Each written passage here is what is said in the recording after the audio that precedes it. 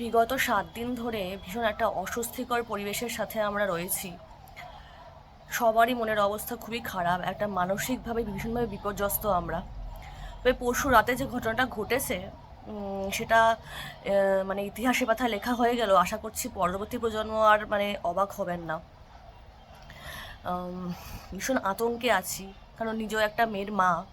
সারাক্ষণ মনে হচ্ছে রাস্তায় কেউ এর দিকে তাকাচ্ছে না তো বাজেভাবে, স্কুলে কেউ গায়ে হাত দিয়ে ফেলছে না তো। এরকমই অবান্তর অনেক রকম চিন্তা ভাবনা মাথায় আসে, আফটার অল মা তো। তো সেই ভয়েতে বলুন বা সবার সাথে সহমত হওয়ার জন্য বলুন বা গায়ে শিহরণ জেগেছে সেই কারণে বলুন, আমিও রাস্তায় নেমেছিলাম সবার সাথে। জানি একদিনে হয়তো কিছু হবে না, একটা কঠোর থেকে কঠোরতম শাস্তির দরকার আছে যে অপরাধী তার জন্য।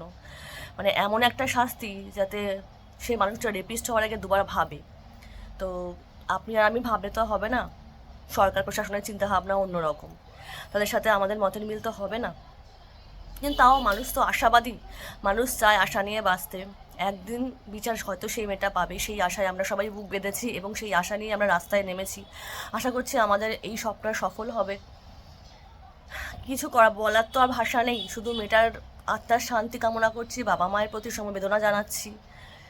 আর দয়া করে এই টাকার খেলা মুখ্যমন্ত্রী বা যারাই করছেন প্লিজ বন্ধ করুন। টাকা দিয়ে তো মানুষটাকে ফিরিয়ে আনা যাবে না, তাই না?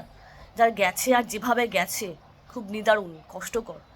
তো প্লিজ এবার পুজোটা যেন সব জায়গায় না হয় সেই চেষ্টা করুন। ইতিমধ্যে খবর এসছে একটা জায়গায় বোধহয় টাকা ফেরত দিয়ে দিয়েছে সরকারকে, তারা পুজো করছে না। এই বছর পুজোটা আমার মনে হয় না করাটাই ভালো। বড় কষ্টের বছর এবছর। আর সবার সাথে সাথে আমিও চাই মেয়েটি বিচার পাক। Justice for Moumita Debnath.